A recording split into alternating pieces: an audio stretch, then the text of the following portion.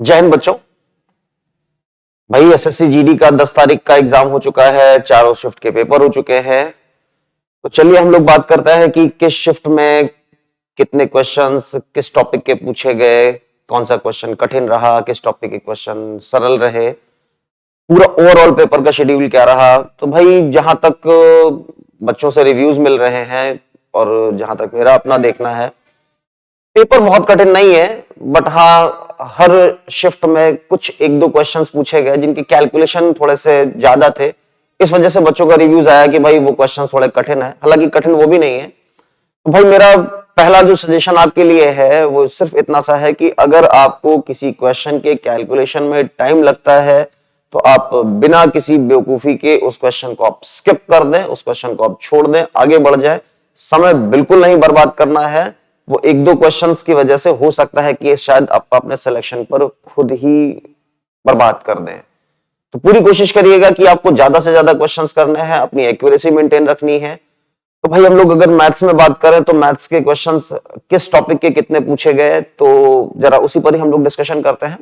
अगर आप लोगों में से भाई कोई नया है हमारे चैनल पर तो चैनल सब्सक्राइब कर लो, और हम लोग रोज अपने चैनल पर डिस्कशन करते रहेंगे पर डे पेपर्स में कितने क्वेश्चंस किस टॉपिक के पूछे गए हैं, पेपर का स्टैंडर्ड क्या है, इजी है, मॉडरेट है, टफ है। तो भाई चलिए हम लोग डिस्कशन स्टार्ट करते हैं अपना। और कल के पेपर में यानी 10 तारीख के पेपर में जो भी क्वेश्चंस आए हैं उनमें से जो जिस टॉपिक के क्वेश्चंस पूछे गए, ज्यादा पूछे गए, कम पूछे गए, क्या है जरा मैं बात करता हूं। तो जो सबसे ज्यादा नंबर ऑफ क्वेश्चंस पूछे गए हैं वो है आपके प्रॉफिट लॉस के और परसेंटेज के। तो प्रॉफिट लॉस और परसेंटेज के लगभग हर सेट में 3 से 4 क्वेश्चन आए हैं। इसके बाद आपका सीआई भी पूछा गया और सीआईएसआई के लगभग हर सेट में 1 से 2 क्वेश्चन लगभग रहे हैं। और इनमें भी ज्यादातर जो सीआई और एसआई के डिफरेंस के क्वेश्चन रहे हैं कि 2 साल का सीआईएसआई का अंतर क्या होगा, हालांकि ज्यादातर 2 साल का ही पूछा गया। शायद मेरे हिसाब से अभी तक मुझे कोई ऐसा रिव्यूज नहीं मिला कि जिसमें 3 साल का पूछा गया हो, 2 साल का ही पूछा गया है। रेशियो के क्वेश्चंस को पूछे गए भाई, और रेशियो के क्वेश्चंस भी कठिन नहीं है। रेशियो के क्वेश्चंस जो पूछे गए हैं उन रेशियो के क्वेश्चंस में जो ज्यादातर क्वेश्चंस मैंने जो देखे, जो मुझे सुनने को मिले, आप ही लोगों से सुनने को मिलता है, तो क्वेश्चन ज्यादातर रहे जिसमें मध्यानुपाती, द्वितीयानुपाती, तृतीयानुपाती को जिस तरह से निकालना होता है। लेकिन उनमें भी जो क्वेश्चंस कुछ स्पेसिफाई थे कि मध्यानुपाती, द्वितीयानुपाती वाले जो क्वेश्चंस हैं इनमें भी जो अंडर रूट लगा करके क्वेश्चंस पूछे गए हैं, हालांकि कठिन नहीं है वो भी, लेकिन थोड़ी सी प्रैक्टिस कर लेंगे उनकी भी। इसी तरह से जो प्रॉफिट लॉस की बात करें, बड़ा सिंपल सा क्वेश्चन रहा है कि इतने परसेंट लाभ पर उसका सेलिंग प्राइस इतना है तो कॉस्ट प्राइस कितना होगा। एक आध क्वेश्चंस मैंने डिस्काउंट के भी देखे। डायरेक्टली सीपी और एमआरपी के रेशियो पर क्वेश्चंस पूछे गए। अगर मैं बात करूं मेंसुरेशन की तो डायरेक्ट फॉर्मूला बेस्ड क्वेश्चंस हैं, ज्यादा कुछ दिमाग नहीं लगाना है, एक चीज को पिघला करके दूसरी चीज बनाई गई है तो वॉल्यूम कांस्टेंट रहता है, कुछ इस तरह के क्वेश्चंस हैं। तो जितने भी क्वेश्चंस इस तरह के हैं उनकी मैं पीडीएफ बना करके अपने टेलीग्राम चैनल पर डालता जाऊंगा। तो जो लोग हमारे चैनल पर नए हैं वो सब्सक्राइब करने के साथ साथ टेलीग्राम चैनल भी ज्वाइन कर लें, जिससे आपको रोज के रोज क्वेश्चंस वहां पे मिलते रहे। और ये जो आप रोज के जो एग्जाम एनालिसिस होगी ना, ये आपके लिए एग्जाम में बड़ी मददगार साबित होगी, क्योंकि जो आगे आने वाले क्वेश्चंस होंगे लगभग इसी पैटर्न पर होंगे। थोड़े बहुत कम ज्यादा कठिन सरल हो सकते हैं, लेकिन लगभग इसी पैटर्न के होंगे। बाकी जो चेंज होते जाएंगे वो हम लोग बात करते चलेंगे। अब जैसे कि परसेंटेज में जो क्वेश्चंस पूछा गया, जो परसेंटेज का क्वेश्चन रहा बच्चों, परसेंटेज का जो क्वेश्चन पूछा गया है उसमें ज्यादातर जो क्वेश्चंस अभी देखने को मिले हैं या तो जनसंख्या वृद्धि वाले हैं कि प्रतिवर्ष जनसंख्या 3% के हिसाब से बढ़ रही है, 5% के हिसाब से बढ़ रही है, तो 2 साल बाद जनसंख्या क्या होगी, 2 साल पहले जनसंख्या क्या होगी। हालांकि क्वेश्चन 2 साल या 3 साल पहले वाले पूछे गए हैं, बाद वाले भी पूछे जा सकते हैं। एक और क्वेश्चन पूछा गया वो कुछ इस तरह का था, वो बड़ा सिंपल सा क्वेश्चन है कि खर्च और बचत का अनुपात दिया गया है, आय बढ़ जाती है, खर्च बढ़ जाता है तो बचत कितने % बढ़ जाएगी या घट जाएगी। कुछ इस तरह के भी क्वेश्चन पूछे गए हैं, काफी सरल से क्वेश्चन हैं।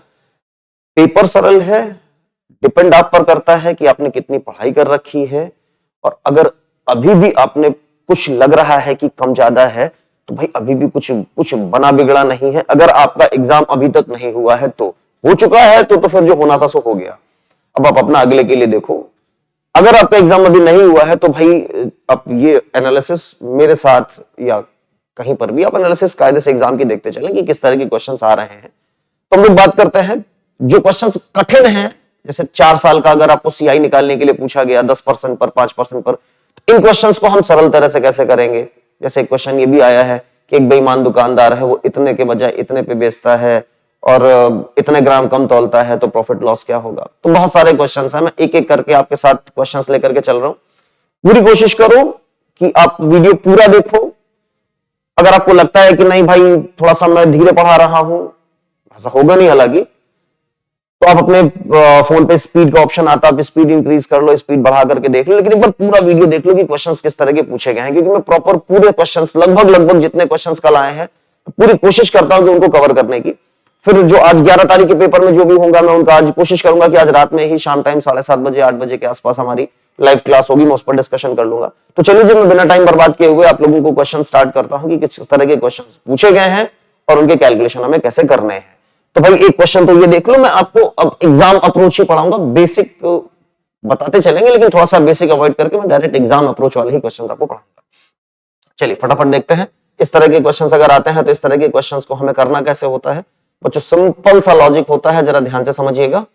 आपसे कहा जाता है राम के खर्च और बचत का अनुपात 5:3 है, तो भैया हम सिंपल सा एक काम करते हैं, आय बराबर होता है खर्च प्लस बचत। इस तरह का क्वेश्चन भी पूछा गया, आय बराबर खर्च प्लस बचत।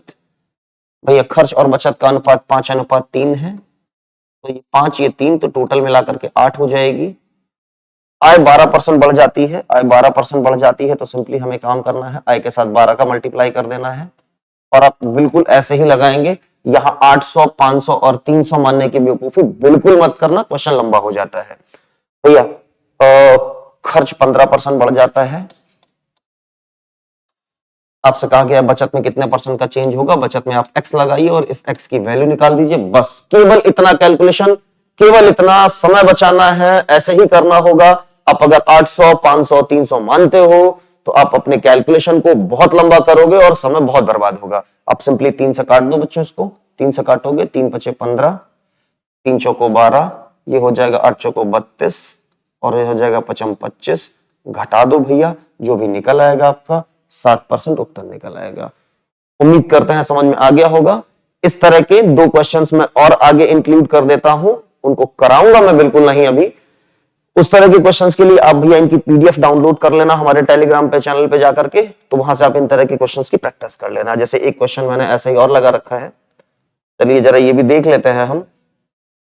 सुनिए, जहां पर यहां रेशियो दिया गया था, यहां रेशियो नहीं परसेंटेज दिया है। इस तरह का भी क्वेश्चन पूछा जा सकता है आपसे। तो चलिए मैं जल्दी से जरा इस तरह का सवाल भी एक देख लेता हूं। आपसे कहा गया है 75% भाग खर्च करता है, 75 खर्च करता है, मतलब अगर टोटल 100 है तो 75 खर्च है तो 25 बचत होगी।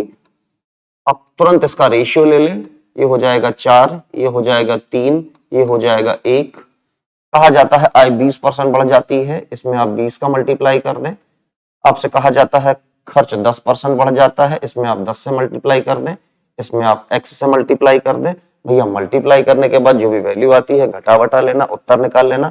ये हो जाएगा इधर 80, ये हो जाएगा इधर 30, ये हो जाएगा इधर x, ये उधर चला जाएगा, 50 उत्तर आ जाएगा। बड़ा सिंपल सा कैलकुलेशन स्टेप है और आपको अपने एग्जाम में यही फॉलो करना है, इसके सिवा कुछ भी नहीं। तो एक तरह का ये क्वेश्चन भाई एग्जाम के लिए बहुत ज्यादा इंपॉर्टेंट, जिसका आज शाम तक पेपर है। 11 तारीख को मैं सुबह वीडियो शूट कर रहा हूं, आज शाम तक जिसका पेपर है, पूरी कोशिश करो इस तरह की क्वेश्चंस की प्रैक्टिस करो और यही मेथड यूज करना एग्जाम में, और कोई दूसरा मेथड मत लगाना। चलिए अगले की बात कर लेते हैं हमें। अब जैसे इस तरह का एक क्वेश्चन है बच्चों, मैं आप लोगों को एक बड़ा सिंपल सा स्टेप बता रहा हूं। सीआईएसआई के डिफरेंस पर क्वेश्चन बहुत पूछे जा रहे हैं। सीआईएसआई के डिफरेंस पर क्वेश्चन अगर आते हैं तो कैसे किया जाएगा, जरा मैं एक छोटा सा हिंट देता हूं, समझने की कोशिश करना। ज्यादातर जो क्वेश्चन पूछे गए हैं वो सीआई और एसआई के डिफरेंस के 2 साल के पूछे गए हैं। मैं फटाफट बात करता हूं, जरा ध्यान दीजिए। सीआई और एसआई के डिफरेंस के क्वेश्चन पूछे गए हैं और वो भी 2 साल के लिए पूछे गए हैं। तो कुछ बच्चे इसका डायरेक्ट फॉर्मूला से याद करते हैं। अब फॉर्मूला चाहे तो फॉर्मूला लगा सकते हैं, इधर मैं जो मेथड बताने जा रहा हूं आप मेथड अप्लाई कर सकते हो। जैसे एक सीआईएसआई के डिफरेंस का फॉर्मूला होता है, बच्चों पूरी कोशिश करना कि आप फॉर्मूला अप्लाई ना करके जो मैं शॉर्टकट समझाऊं वो शॉर्टकट लगाना। सीआई माइनस एसआई बराबर PR² / 100 का स्क्वायर।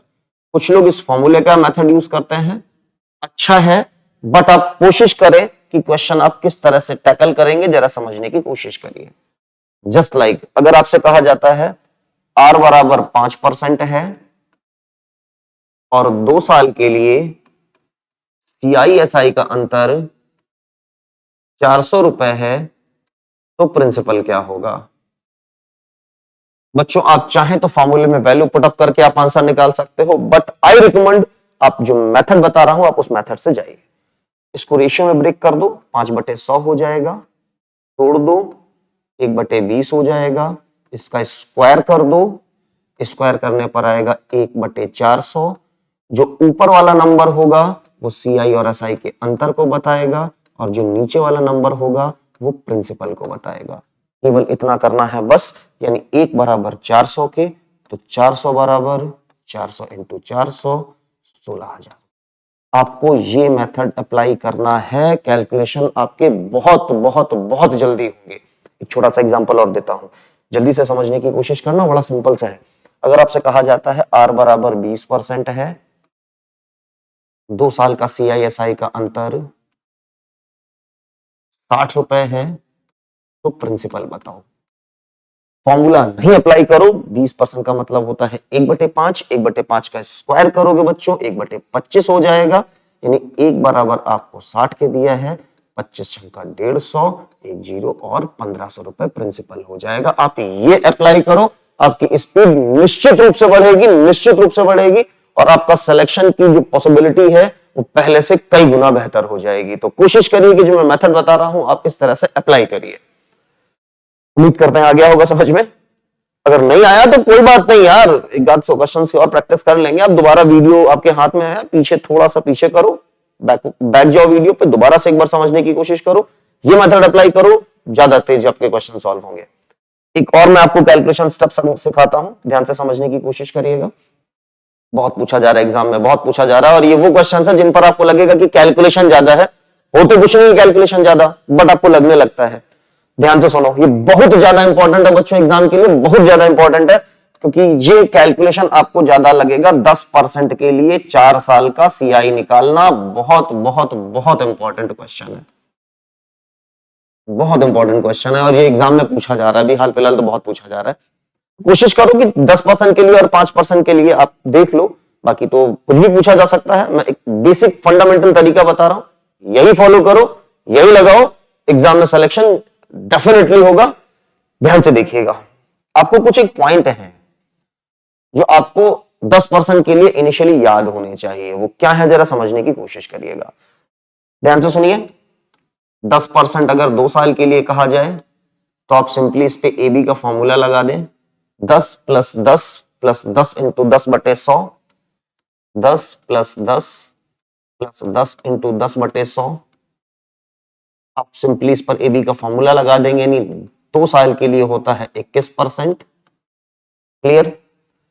अगर मैं 10% 3 साल की बात करूं तो 3 साल के लिए कैलकुलेशन कैसे करते हैं, अब आप पर डिपेंड करता है कि आप कैसे करते हो। आप AB का फॉर्मूला भी लगा सकते हो या दूसरा मेथड भी अप्लाई कर सकते हो, मैं दोनों बता दूंगा।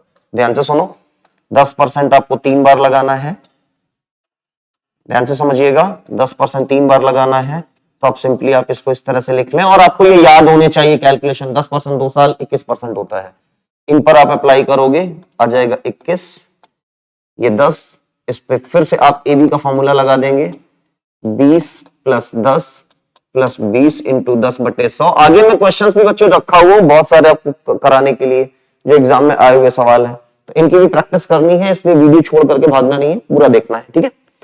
चलिए, कहाँ थे हम, सब कुछ आपको पढ़ाना है। कम से कम आज के जिनके पेपर हैं शाम तक आप देखना, अगर आप अभी वीडियो देख करके जाओगे तो कम से कम आपके 5 से 7 सवाल पक्के हैं, पक्की बात एकदम डेफिनेटली। इस पर आप AB का फॉर्मूला लगा देंगे, ये कट जाएगा हमारा, ठीक है, और हमारा ये आ जाएगा कितना, कैलकुलेट कर लेना भाई, कितना आएगा ये 10 × 20 × 10/100 काट लेना, ये आपका आ जाएगा 33.1%, ठीक है, कैलकुलेट कर लेना, ठीक है। अब जरा ध्यान से देखो कैलकुलेशन कैसे करना होगा। अगर मैं 4 साल की बात करूं तो 10% 4 साल के लिए होगा हमारा, इसी तरह से कर लीजिएगा 46.41%। ध्यान देना बच्चों, हो सकता है शायद मैंने कैलकुलेशन कहीं एरर कर दी हो, आप इतने समझदार हो कि छोटे छोटे से फॉर्मूले आप मेरी गलती पकड़ने के बजाय आप ध्यान देंगे कि आपको करना कैसे है।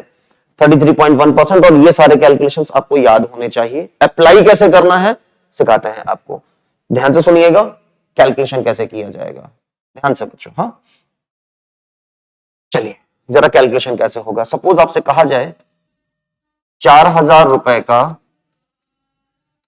10% दर पर 4 साल का सीआई क्या होगा। तो आपको फटाफट पकड़ना है, ध्यान देना है, कैसे जरा सुनो। 100 रुपए पर होता है 46.41 रुपए, 1,000 रुपए पर होगा, यहां पर आ जाएगा, 4,000 रुपए पर होगा 4 का मल्टीप्लाई, बस केवल इतना करना होगा, बस इससे ज्यादा कुछ भी नहीं, इससे ज्यादा बिल्कुल नहीं करना होगा। और ये बात आपको बहुत ध्यान रखनी है, ऐसे ही कैलकुलेशन करने हैं। कुछ लोग इसको ऐसे भी कर सकते हैं, उसमें आपके लिए जैसे आपकी सुविधा मिले। 10 साल के 4 साल के लिए चाहिए 10 से 11, फिर 10 से 11, फिर 10 से 11, फिर 10 से 11, इनका मल्टीप्लाई इधर, इनका मल्टीप्लाई इधर, और आप इस तरह से भी कैलकुलेशन कर सकते हो। बाय आई रिकमेंड आप पहले वाला करो, ज्यादा बेहतर होगा, ठीक है। इसी तरह से बच्चों आपका 5% के लिए भी होता है। 5% के लिए कैलकुलेशन आपको कैसे ध्यान रखना है, बिल्कुल आराम से समझना। 5% का मतलब होता है 1/20। मैं जैसे सिखा रहा हूं आप बिल्कुल वैसे ही एग्जाम में फॉरवर्ड करिएगा, कैलकुलेशन बहुत तेज होंगे।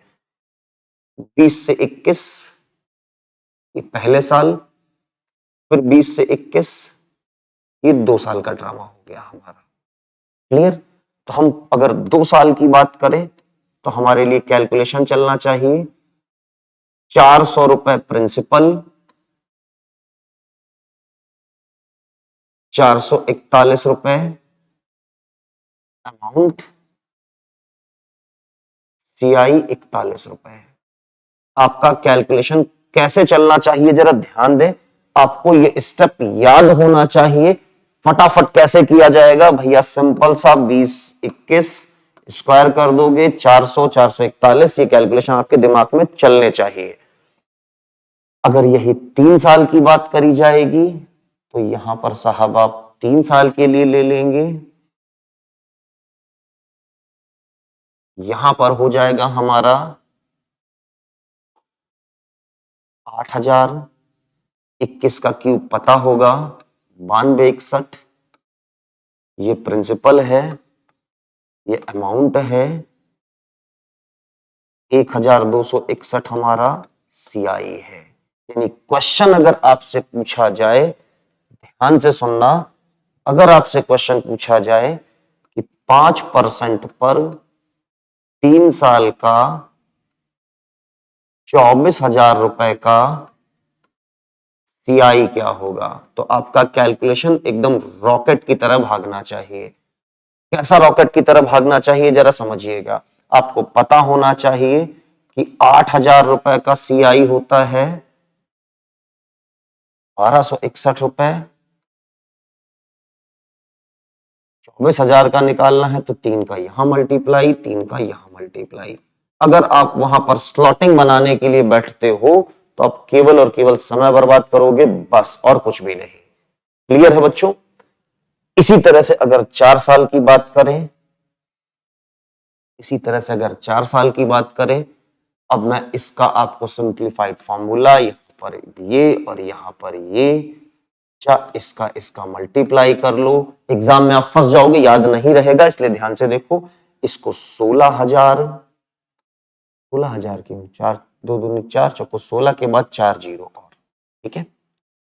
इसमें बच्चा आप भूल जाओगे कि कैसे क्या किया जाएगा। इसका स्क्वायर करते हो 441 आएगा, इसका स्क्वायर करोगे 441 आएगा। अब 441 का आपस में गुणा करके लिख लेना, और ये स्टेप आपको याद करके रखना है, कैलकुलेशन ज्यादा तेज होंगे। तो ये थे वो क्वेश्चंस जो एग्जाम में ज्यादा पूछे जा रहे हैं, जिनके लिए कैलकुलेशन आप बोलते हो कि कैलकुलेशन कठिन है, ये कुछ वो क्वेश्चंस हैं। अब मैं बात करता हूं जो क्वेश्चंस आपके और आ चुके हैं, सरल सरल से कुछ क्वेश्चंस, जरा ध्यान दें उन पर। मैं आपको डायरेक्टली प्रैक्टिस कराता हूं, जरा जल्दी से करने की कोशिश करिएगा। देखिए, जैसे इस तरह के क्वेश्चंस एग्जाम में पूछे जा सकते हैं। आज के एग्जाम में किस तरह के क्वेश्चंस होंगे जरा ध्यान दीजिए और कैलकुलेशन समझने की कोशिश करिएगा।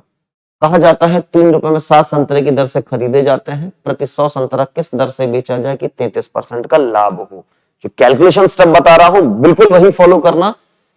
3 रुपए में 7 की दर से आपने खरीदे हैं, बेचा है 33% लाभ के लिए, 133/100। आगे जाना है बच्चों, ध्यान रखना, सीपी से एसपी, अगर एसपी निकालना है तो रेशियो का सीधा गुणा यानी 133/100 का सीधा गुणा करना पड़ेगा।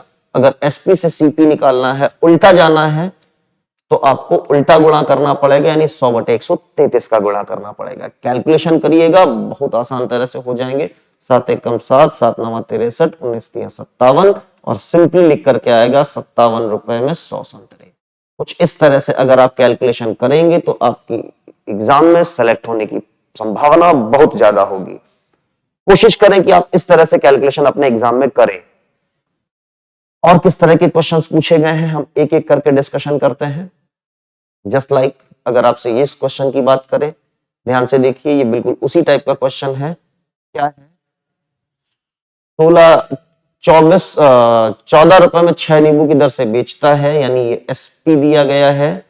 ऊपर हमेशा रुपए लिखते हैं और नीचे हमेशा वस्तु लिखते हैं। ध्यान दीजिएगा, आपसे कहा गया है 16 सही 2/3, इसका मतलब होता है 1/6। लाभ पूछा गया है तो 7/6 हो जाएगा। मुझे सीपी निकालना है, मतलब पीछे जाना होगा। पीछे जाना होगा तो इसको हम 6/7 कर देंगे।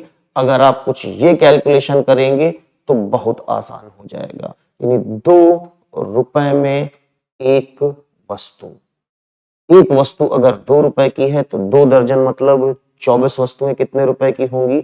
24 का नीचे गुणा, 24 का ऊपर गुणा, आंसर आ जाएगा 48 रुपए।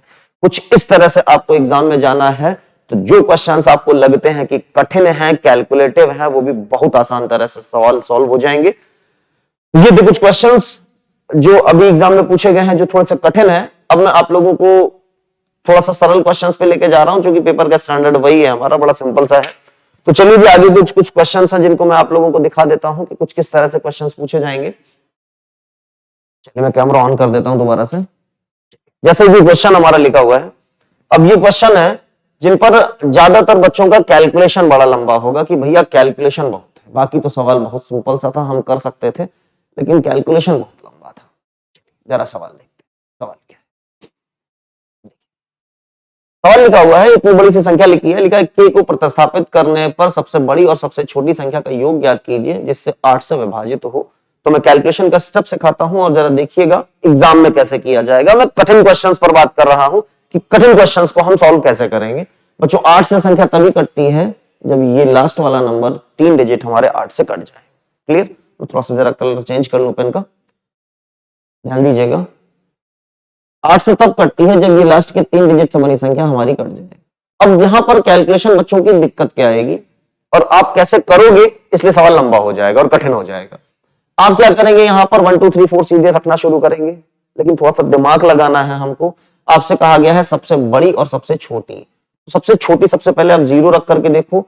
अगर आप 036 लिखते हो तो 036 8 से नहीं कटता है, इसलिए इसको हटा दो। k बराबर 0 नहीं हो सकता, k बराबर 1 रखो।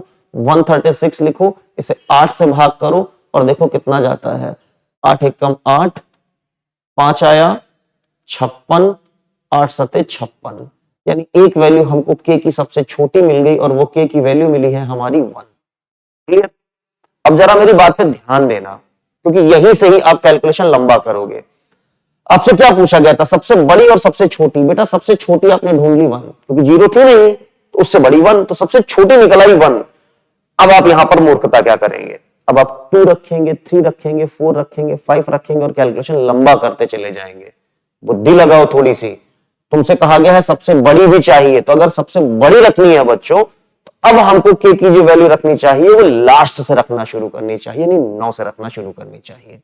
अब हम के की वैल्यू 9 रख करके चेक करेंगे, 1 2 3 4 नहीं रखेंगे सीधे सीक्वेंस में, सबसे बड़ी चाहिए ना तो पीछे से चलना शुरू करो। सबसे छोटी मिल गई हमको 1, अब सबसे बड़ी चाहिए तो सबसे बड़ी 9 से तो मिलेगी ना पीछे से, तो 9 रखना शुरू करो। 9 3 6 भाग देके देखो, 8 एकम 8 बचा 1, ये 8 एकम 8 बचा 5 6 8 7 56। हमारा काम बन गया, हमको ज्यादा मेहनत नहीं करनी पड़ी। यू वैल्यू मिल गई हमको, एक सबसे छोटी वाली मिल गई, एक सबसे बड़ी वाली मिल गई, दोनों का योग कहा जाए 8 9 और 1 10 उत्तर हो जाएगा। कम से कम समय में आप सवाल को सॉल्व कर पाएंगे बेहतरीन तरह से। तो भैया अगर मजा आ रही है तो प्लीज वीडियो को दबा करके शेयर करना, और नए हो तो सब्सक्राइब जरूर कर देना, जिससे आप लोगों को आगे की नोटिफिकेशंस मिलती रहें। और अगर आप हमारे पेड कोर्स के इच्छुक हैं तो भाई डिस्क्रिप्शन में हमारे सारी चीजें अवेलेबल हैं, आप वहां पे जाकर के हमारे कोर्स भी ले सकते हो। बाकी आप सब समझदार हैं, क्या करना है अपने भविष्य के लिए आप हमसे बेहतर खुद समझ सकते हैं। सर जी चलिए अब कुछ सरल से क्वेश्चंस जो पूछे गए हैं उन पर जरा हम लोग जल्दी से चर्चा कर लेते हैं कि क्वेश्चंस कैसे होंगे कैसे नहीं। लिखा हुआ है किसी संख्या के 25% और 30% के बीच 500 का अंतर है तो वह संख्या का 20% क्या होगा? बच्चों 25% और 30% का डिफरेंस होगा 5%, और 5% बराबर अगर 500 के दिया गया है तो 1% बराबर 100 के हो जाएगा, और हमारा 20% बराबर 2000 के हो जाएगा। बड़ा सिंपल सा क्वेश्चन है और उम्मीद करते हैं कि आप लोगों में से ज्यादातर लोग इस सवाल को ऐसे ही करेंगे, एक्स मान के तो सवाल नहीं कर रहे होंगे। उम्मीद करते हैं बच्चों आ गया होगा। अगले क्वेश्चन पर चलते हैं, देखते हैं कि क्या है कैसे क्या है कैलकुलेशंस। जरा ध्यान दें, सवाल क्या लिखा है। एक संख्या में पहले 20% की कमी करी जाती है। मैं पहले ही बता चुका हूं, परसेंटेज के क्वेश्चंस, प्रॉफिट लॉस के क्वेश्चंस आप दबा के पढ़ लो, ये 2 चैप्टर्स बहुत पूछे जा रहे हैं। स्पीड डिस्टेंस टाइम का बड़ा सिंपल सा क्वेश्चन जो अब तक पूछा गया है वो सिर्फ इतना सा ही है। एक तो ट्रेन की लंबाई वाला एक सवाल पूछा गया है और दूसरा औसत चाल का पूछा गया है। बड़ा सिंपल सा क्वेश्चन है, आराम से आप कर लोगे। मैं बाकी सवाल आपको दिखाता चलूंगा। देखिए 20% की कमी करी जाती है, फिर 15% की वृद्धि करी जाती है। मूल संख्या 64 कम है तो संख्या क्या है? 20% की कमी करी जाती है, मतलब जाहिर सी बात है 100 से आपको 80 कर दी गई है। फिर 15% की वृद्धि करी जाती है, यानी 100 से आपको 115 कर दी गई है। आप रेशियो ले लें इनका फटाफट, ये हो जाएगा 5-4। ठीक है, इसकी बात करते हैं तो हो जाएगा 20-23। ठीक है, चलिए जल्दी से देख लेते हैं। ये हमारा हो गया है 100। इसकी बात करते हैं, 4-3 12, 4 दूनी 8 और 1 9। ठीक है, देखिए यहां से अगर बात करें तो कितने की कमी हो रही है? 8 की कमी हो रही है। 8 बराबर अगर 64 के है, 1 बराबर 8 के हो जाएगा, तो 100 बराबर 800 के हो जाएगा। उत्तर हमारा आ जाएगा ऑप्शन नंबर 2 राइट आंसर। बड़ा सिंपल से इस तरह के क्वेश्चंस पूछे जा रहे हैं। मैं बाकी आप लोगों को और दिखाता चलता हूं कि जहां कठिन होंगे वो कैसे होंगे। जैसे एक बड़ा सिंपल सा क्वेश्चन है, मुझे नहीं लगता कि मुझे बताना चाहिए क्योंकि मुझे एग्जाम की एनालिसिस देनी है। मैं एक एक क्वेश्चन आपको कराने नहीं बैठा हूं, सिर्फ एग्जाम की एनालिसिस दे रहा हूं कि क्वेश्चंस कैसे आ रहे हैं और आपको एग्जैक्टली कैसे करना चाहिए। बड़ा सिंपल सा है, मुझे नहीं लगता कि मुझे बताना चाहिए। बाकी आप सब समझदार हो, काट पीट लोगे। ठीक है, आराम से अपना भाई देख लेना। बड़ा सिंपल सा क्वेश्चन है, आप कर सकते हो। चलिए दूसरा भैया जरा ध्यान दें, एक सिंपल सा क्वेश्चन ये है। एक ये क्वेश्चन अच्छा सा और कठिन सा था जिसे मैं बचा करके रखता हूं, आप स्क्रीनशॉट लें। इस क्वेश्चन का बेस्ट कैलकुलेशन मैं आपको तुरंत अभी बताता हूं। ठीक है, ये एग्जाम में पूछा गया, बड़ा सिंपल सा क्वेश्चन था। नंबर सिस्टम का सिंप्लीफिकेशन है, आप आराम से कर सकते हो। चलिए एवरेज का रिप्लेसमेंट में क्वेश्चन पूछा गया है। आप एवरेज चैप्टर में रिप्लेसमेंट के क्वेश्चन से एक बार ध्यान दे लें, और एक आप वो भी देख सकते हैं कि जैसे 70 के बजाय 80 लिख दिया गया था या मिसप्रिंटिंग हो गई तो सही एवरेज क्या होगा, उस तरह के क्वेश्चंस भी आप एक बार देख लें। 18 व्यक्तियों का औसत 2.5 किलो बढ़ जाता है जब 72 लोगों के स्थान पर एक नया व्यक्ति आ जाता है। ज्यादातर लोगों में से आप लोग फॉर्मूला याद करते हो, बट मैंने अपने बच्चों को कभी फॉर्मूला याद नहीं कराया, कॉन्सेप्ट से ही पढ़े।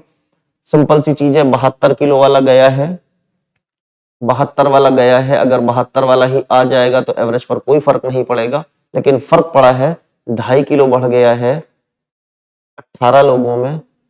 भैया मल्टीप्लाई कर दें, 18 पंचे 90, 18 दूनी 36, 36 और 9 45। भैया इसमें बस 45 जोड़ दें आप, 72 में 45 जोड़ दें, 5 2 7, 7 4 11, 117 किलो हमारा उत्तर हो जाएगा।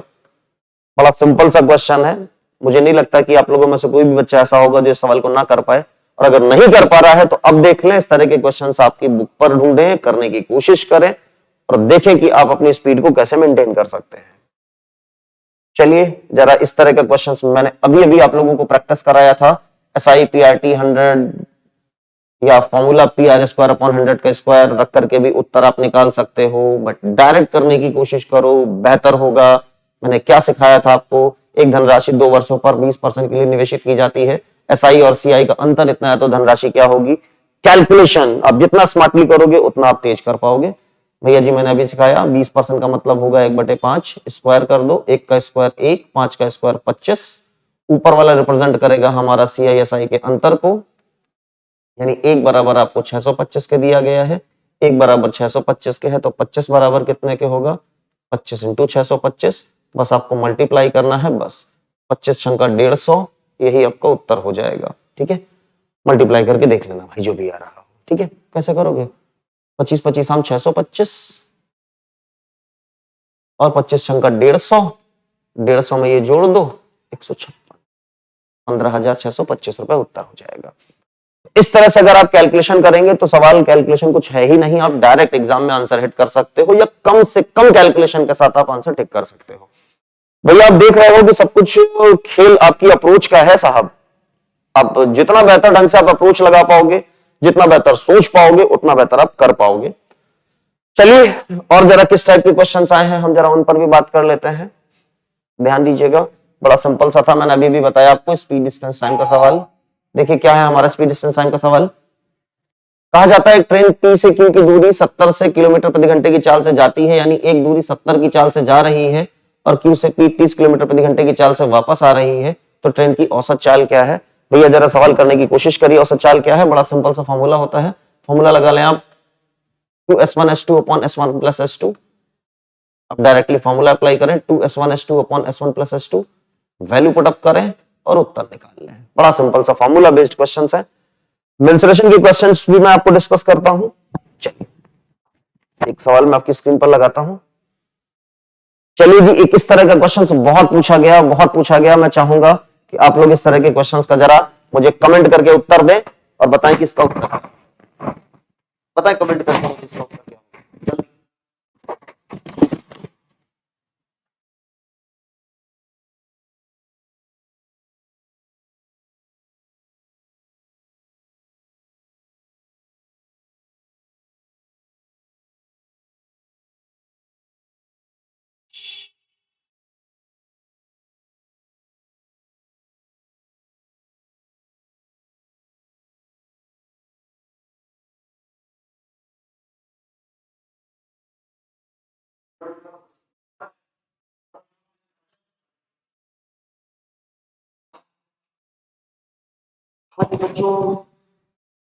चलिए जरा मैं 10 सेकंड के लिए वीडियो पॉज कर दिया था, बस आप होल्ड करिए और मैं शुरू करता हूं आगे।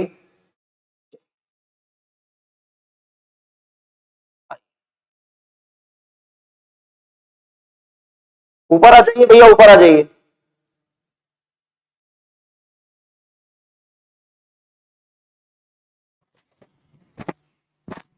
चलिए कुछ जरा 10 सेकंड के लिए होल्ड करिएगा।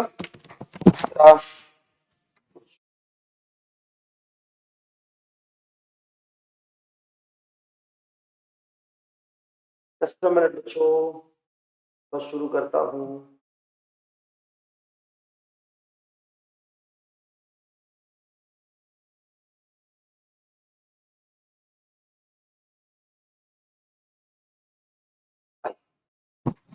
चलिए जी नेक्स्ट क्वेश्चन पर आते हैं हम लोग, जरा फटाफट देखते हैं क्या है कैलकुलेशन। और इस तरह के क्वेश्चन अभी जो है एसएससी जीडी के क्वेश्चंस में बहुत पूछे जा रहे हैं, जरा समझिएगा क्या है हमारा कैलकुलेशन। ये बस 15 मिनट में क्लास में लिखा हुआ है, एक कपड़े की दुकान में 3 की खरीद पर 1 फ्री दे रहा है, तो छूट का प्रतिशत क्या है। इस तरह के क्वेश्चन बच्चों बहुत पूछे जा रहे हैं एग्जाम में, एसएससी जीडी के लगभग हर सेट में कल के में एक क्वेश्चन इस तरह का जरूर रहा है।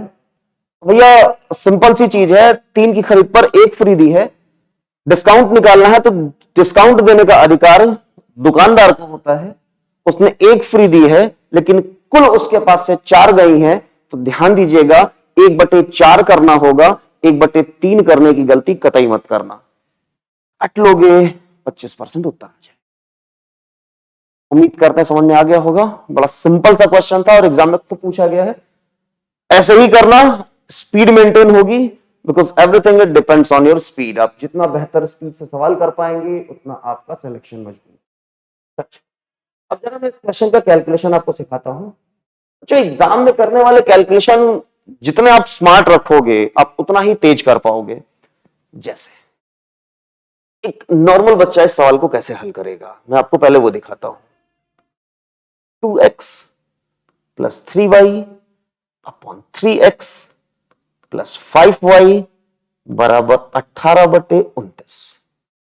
नॉर्मल बच्चे का कैलकुलेशन होगा, मल्टीप्लाई करेगा 29 दूनी 58 x प्लस इसका मल्टीप्लाई करेगा 3 9 27 के साथ, 3 दूनी 6, 6 और 2 8, y बराबर 18 3 54, x plus 18 5 90, y x x एक तरफ ले जाएगा, y y एक तरफ ले जाएगा और कैलकुलेशन।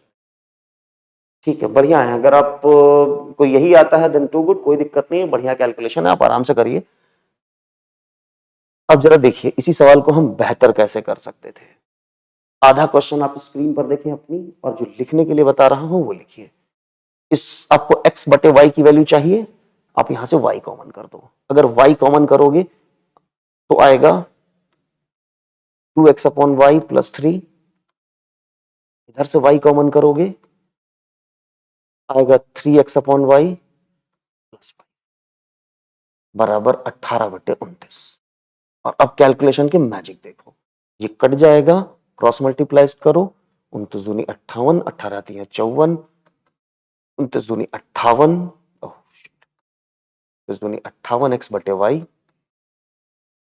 इसका मल्टीप्लाई कर दो 87 बराबर, इसका मल्टीप्लाई करो 54 x बटे y प्लस 18 5 90। ध्यान देना कैलकुलेशन कितना स्मार्ट हो गया। ये उधर जाएगा, 4 आ जाएगा, 4x बटे y बराबर, इधर ये 3 हो जाएगा, x बटे y की वैल्यू 3/4। इस तरह से आप कैलकुलेशन करोगे एग्जाम में, आपकी स्पीड मेंटेन होगी, बाकी आपकी इच्छा। चलिए बच्चों, अब बाकी जो टाइम एंड वर्क के क्वेश्चन पूछे गए हैं, एक तो इस तरह के डायरेक्ट क्वेश्चन एसएससी जीडी में आ रहे हैं कल के सेट में जो पूछे गए। एक तो इस तरह का क्वेश्चन था, बड़ा सिंपल सा था कि 20 पुरुष किसी काम को 6 घंटे में 7 दिनों में कर सकते हैं, इतना इतना क्या मतलब, कुल मिलाकर सीधे mdh/w का फॉर्मूला अप्लाई किया गया और उत्तर निकल आया है। तो एक तो टाइप ये रहा है, और दूसरा बच्चों एक टाइप रहा है, मैं उस पर आपको समझाने की कोशिश करता हूं। जो एलसीएम बेस्ड क्वेश्चन रहे हैं कुछ इस तरह से रहे हैं। ए और बी किसी काम को 20 दिन में करते हैं, बी और सी किसी काम को 24 दिन में करते हैं, सी और ए किसी काम को 30 दिन में करते हैं। तो तीनों मिलकर किसी काम को कितने समय में कर लेंगे या अलग अलग कितने समय में कर लेंगे, एक इस तरह का क्वेश्चन भी पूछा गया है। बड़ा सिंपल सा कॉन्सेप्ट होता है और उम्मीद करते हैं आप लगा लेंगे। बच्चों बस 10 सेकंड जरा मुझे दीजिएगा, कुछ वीडियो ब्लिंक कर रहा है, मैं जरा सही कर दूं।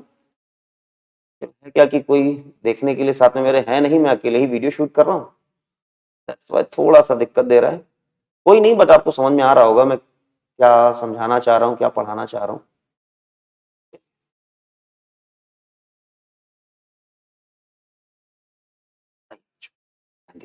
ठीक है, तो किस तरह का क्वेश्चन से पूछा गया है, बड़ा सिंपल सा होता है। आप एलसीएम ले लें इन सभी का, ठीक है, पता होगा इन सभी का आप एलसीएम ले लें। 120 एलसीएम आ जाएगा, 120 एलसीएम आ जाएगा तो ये 6 हो जाएगा, 24 पंचे 120 और 30 से ये 4 हो जाएगा। यहां से वैल्यू 2abc की निकलती है, 2a प्लस बी प्लस सी बराबर 6 4 10 5 15, a प्लस बी प्लस सी बराबर 7.5। अब जिसका चाहिए उससे निकाल लीजिए, a प्लस बी का मान रखोगे तो सी की वैल्यू आ जाएगी, बाकी इंडिविजुअल जिसकी चाहिए उसकी वैल्यू निकल आएगी। अब पूरे काम को भाग दे दो, समय निकल आएगा। इस तरह के क्वेश्चंस भी सरल सरल से हैं जो पूछे गए हैं एसएससी जीडी के एग्जाम में। अगला मैं आपको बताता हूं, मैं थोड़ा सा आप लोगों को रिकॉल करता चल रहा हूं किस तरह के क्वेश्चंस आए हैं एग्जाम में, प्रॉफिट लॉस के बड़े सिंपल से क्वेश्चन पूछे गए हैं, बड़े सिंपल से, लेकिन आगे सिंपल रहेंगे इस बात की उम्मीद नहीं है। तो जो कठिन स्टैंडर्ड हो सकता है मैं आपको पहले ही बता चुका हूं वीडियो में। चलिए क्वेश्चन क्या कहा गया है, 12.5% लाभ पर 630 रुपए में बेची जाती है तो सीपी बताएं। बड़ा सिंपल सा है, 12.5% का मतलब होता है 1/8, प्रॉफिट रहा है मतलब 9/8। ये हमारा सीपी हो जाएगा, ये हमारा एसपी हो जाएगा। 9 बराबर आपको 630 के दिया गया है, बड़ा समझदार हो गए। 9 बराबर 630 के, 1 बराबर 70 के, तो 8 बराबर आप निकाल लेंगे जो भी है। क्लियर है बच्चों? चलिए और मैं दिखा दूं आपको किस तरह के क्वेश्चंस पूछे गए हैं। जरा सिंपल सा कैलकुलेशन, बड़ा सिंपल सा कैलकुलेशन रहा है। अब ये आप जितना तेज कर ले जाते हो उतना आपका सिलेक्शन की श्योरिटी बढ़ जाती है बच्चों। जैसे इसको इसमें घटाओगे, this is called bar graph, bar bracket. इसको इससे घटाओगे वैल्यू 2 आ जाएगी, 6 में 2 घटाओगे 4 आ जाएगा, और इस 4 से ये 4 पूरा कट जाएगा। क्लियर है? 40 में 3 घट जाएगा, 37 आपका उत्तर निकल आएगा। उम्मीद करते हैं समझ में आ गया होगा, कहीं ना कहीं होगा 37 ऑप्शन में। क्लियर? सिंपल सिंपल से क्वेश्चन आए हैं, बाकी आप सभी लगभग लगभग कर लोगे। जैसे एक अच्छा सा क्वेश्चन जो मुझे दिखा, आप इन क्वेश्चंस की पीडीएफ के लिए भाई टेलीग्राम ज्वाइन कर लो, वहां पर बड़ा सिंपल सा होता है। अब इस तरह के क्वेश्चंस को बच्चों कैसे करते हो तुम लोग, पता? दिमाग लगाते हो तुम लोग, कैलकुलेशन करते हो, घंटा भर का कैलकुलेशन मैं सिखाता हूं आपको। और अगर आप ऐसे ही लगाते ना तो बड़ा सिंप्लीफाइड होता। कहा जाता है एक वस्तु 10% छूट पर बेची जाती, फिर भी 10% का लाभ होता है, तो सीपी और एमआरपी में रेशियो क्या है? एक जनरल लड़के का कैलकुलेशन क्या होता है मैं बता रहा हूं। फॉर्मूला, एक तो बड़ा गंदा सा फॉर्मूला कुछ लोग याद कर लेते हैं, तो सीपी अपॉन एमआरपी बराबर 100 माइनस डिस्काउंट अपॉन 100, तो बिल्कुल गंदा सा मेथड है, कभी यूज भी मत करना वो। सिंपल सा एक लाइन सुनो, 2 मेथड बताऊंगा, दोनों में से लास्ट वाला होगा वो आपको पकड़ना है और दूसरा वाला समझना है। भैया सुनिए, 10% छूट के हिसाब से इसका सेलिंग क्या होगा? 10% छूट पर इसका सेलिंग होगा एमआरपी का 90%। 10% प्रॉफिट पर इसका सेलिंग क्या होगा? प्रॉफिट सीपी पर होता है, सीपी का 110%, और ये दोनों सेलिंग है, दैट्स वाई दोनों बराबर होंगी। एमआरपी बटे सीपी बराबर हो जाएगा 11/9। अब जो चाहिए हो, पहले सीपी पूछा गया है तो 9/11। ये सवाल को करने का बढ़िया मेथड है। What is the best? Best वाला सुनो। ये सब कुछ नहीं करना होता बच्चों, कुछ नहीं करना होता, कुछ भी नहीं करना होता है। एक सिंपल सा लॉजिक होता है, और बड़ा सिंपल सा लॉजिक है यार। अगर मैं आपसे कहूं कि आपने किसी चीज को खरीदा और उसके ऊपर कीमत लिख दी, सिंपल सा लॉजिक पकड़ना। अगर मैं कहता हूं आप किसी चीज को खरीद के लाए हो और अपने सपोज आपने ये हेडफोन जो है वो खरीदा और इसके ऊपर एक स्टिकर लगाया, तो मुझे एक बात बताना, जो खरीदा वो सीपी होगा और जो स्टिकर लगाया वो एमआरपी होगा। दोनों में ज्यादा कौन सा होगा और बड़ा छोटा कौन सा होगा? तो जाहिर सी बात है जो स्टिकर लगाया वो ज्यादा होगा और जितने का खरीद के लाए थे वो छोटा होगा। सिंपल सा एक काम करो ना यार, इसको 90 लिख दो क्योंकि ये कम है, प्रॉफिट है तो 110 लिख दो, और ज्यादा दिमाग ही मत लगाओ, इनका रेशियो लगा दो। सिर्फ 2 संख्याएं लिखी हैं, 2 संख्या कौन सी मिली? 9, 11। जाहिर सी बात है छोटा वाला सीपी होगा, बड़ा वाला एमआरपी होगा। क्या जरूरत है दुनिया भर का दिमाग लगाने की? और समझना। हाँ सुनो, अगर आपसे कहा जाए 20% डिस्काउंट पर भी 30% का प्रॉफिट होता है, जाहिर सी बात है 20% डिस्काउंट हो रहा है यानी 80 रहा होगा, 30% प्रॉफिट हो रहा है यानी 130 रहा होगा। रेशियो ले लो, 13 और 8 2 संख्याएं मिली हैं। छोटा वाला सीपी को रिप्रेजेंट करेगा, बड़ा वाला एमआरपी को रिप्रेजेंट करेगा। ज्यादा दिमाग ही नहीं लगा। अगर आप इस तरह से करोगे तो कैलकुलेशन आपके मतलब बस यूं यूं करते चले जाओगे, आंसर निकल आएगा। मतलब ये जो 20 क्वेश्चन एसएससी जीडी के है ना, अगर आप इस तरह से पढ़ रहे हो जैसे मैं पढ़ा रहा हूं, तो यकीन मानिए इन 20 क्वेश्चंस को करने में आपको बहुत ज्यादा लगेगा, तो 10 से 11 मिनट 12 मिनट। जैसे मैं एक बड़ा इंटरेस्टिंग चीज बताऊं आप लोगों को, कल का जो पेपर रहा 10 तारीख वाला, उसमें किसी सेट में डीआई पूछी ही नहीं गई। लेकिन ऐसा नहीं है कि डीआई आएगी नहीं, आ सकती है। अब वो कैलकुलेशन कैसे होंगे तुम पर डिपेंड करता है। चलिए जी, एक जैसे बड़ा सिंपल सा क्वेश्चन ये पूछा गया है। अब इस सवाल को देखो, तुम लोगों में से ज्यादातर लोगों का कैलकुलेशन क्या होगा और एग्जैक्टली कैसे करना होगा। बच्चों सिंपल फॉर्मूला बेस्ड क्वेश्चन है, सिंपल फॉर्मूला बेस्ड, लेकिन तुम फॉर्मूला लगाने में भी सत्यानाश कर दोगे। सवाल देखो कैसा लिखा है। लिखा एक बेलन के आधार का व्यास 35 सेंटीमीटर है और इसका वक्री क्षेत्रफल इतना है। ठीक है, कैलकुलेशन देखना मैं कैसे बता रहा हूं। वक्री पृष्ठ मतलब बेलन का curve surface area. Curve surface area बराबर क्या होता है बच्चों? 2 पाई आर एच। इसकी वैल्यू आपको दी गई है 3080। क्लियर? निकालना क्या है आपको? आयतन। आयतन यानी v की वैल्यू निकालनी है। v बराबर होता है पाई आर स्क्वायर एच। क्लियर? अब दिमाग लगाना, तुमको बेलन का व्यास दिया गया है, पहला तो यहां मिस्टेक मत करना। तो 2 इंटू पाई इंटू आर की वैल्यू 35/2 इंटू एच बराबर 3080। क्लियर है? अब तुम लोगों में से कुछ ज्यादा समझदार लोग क्या करेंगे? पाई की वैल्यू पुट कर। जैसे ही तुमने पाई की वैल्यू पुट करी, क्वेश्चन सत्यानाश किया तुमने।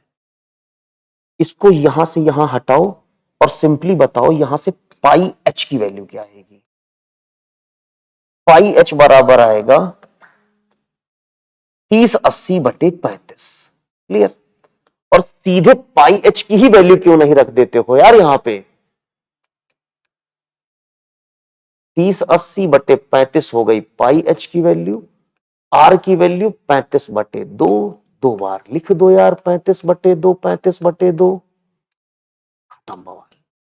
इस 35 से ये 35 काट दो, 2 से इसको काट दो। देखो मैं सीधे काट रहा हूं, 2 और 2 4 हो जाएगा। क्लियर है? 2 दूनी 4, 4 सत्ते 28, 4 सत्ते 28, 0। कुल मिला के तुम्हें 35 में 770 का गुणा करना है यार।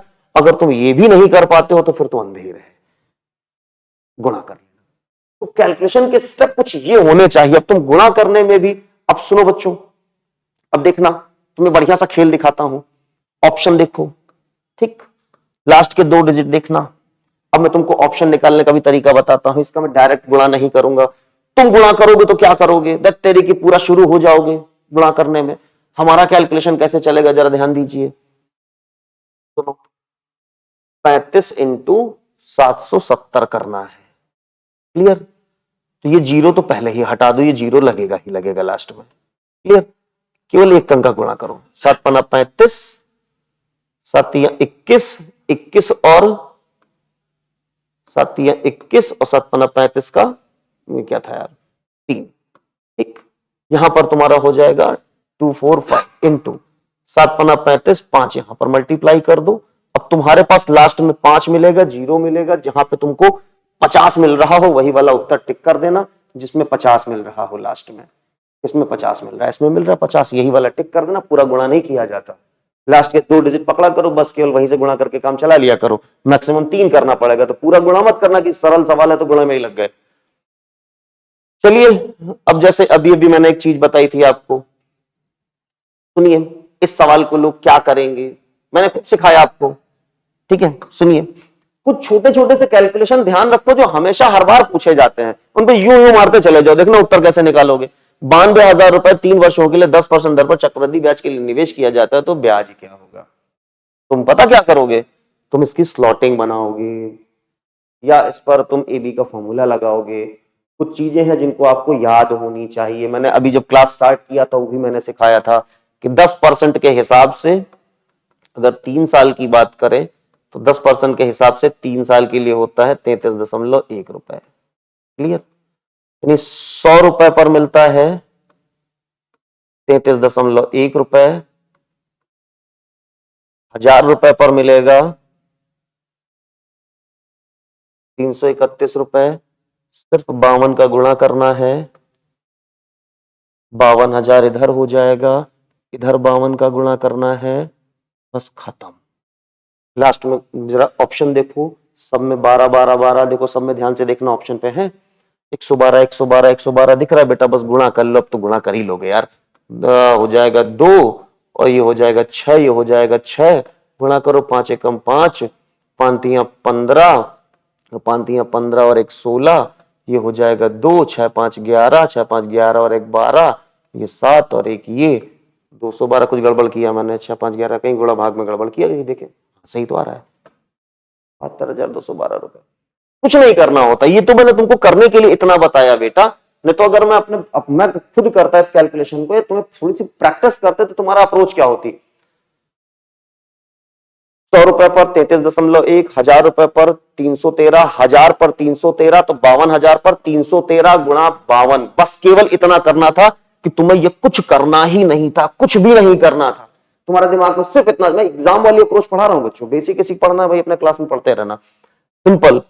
10% पर 3 साल के लिए चाहिए तो 100 पर मिलता है 33.1, 1000 पर मिलेगा 331, 1000 पर अगर 331 है तो 52,000 पर 52 इंटू 331, बस केवल और केवल इतना करना है एग्जाम में।